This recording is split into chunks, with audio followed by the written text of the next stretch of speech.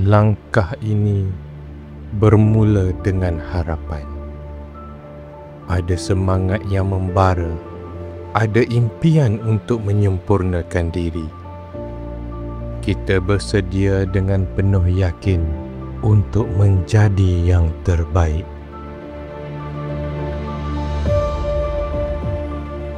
Kita membaca, kita belajar, kita bersedia kerana kita mahu menjadi lebih baik dalam menyampaikan kebaikan. Ada semangat yang membara di dada. Ada cita-cita untuk berdakwah dengan sempurna. Bukan kerana pujian, tetapi kerana tanggungjawab.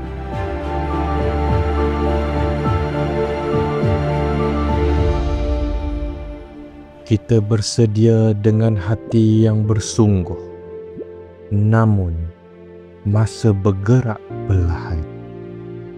Ruang terasa semakin sunyi.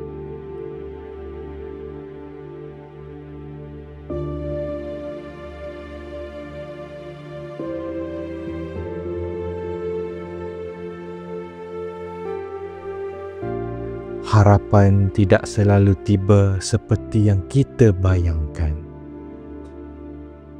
Ada diam yang panjang, ada resah yang tidak terucap. Hati mula tertanya, bila usaha tidak disambut, bila niat baik tidak disokong, dan aku rasa gagal.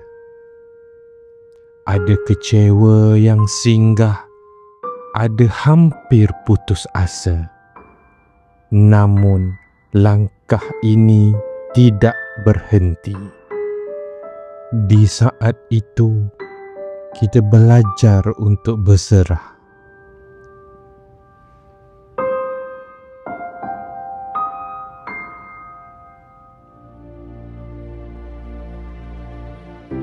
Dan ketika kita mahu hampir melangkah pergi, harapan datang kembali.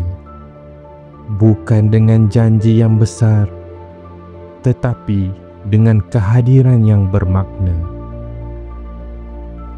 Dakwah bukan tentang jumlah, usrah bukan tentang kesempurnaan. Ia tentang istiqamah. Walaupun kecil, walaupun perlahan.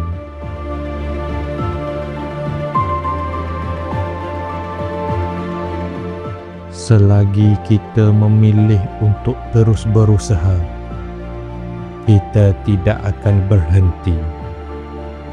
Kerana hari ini, kita masih melangkah.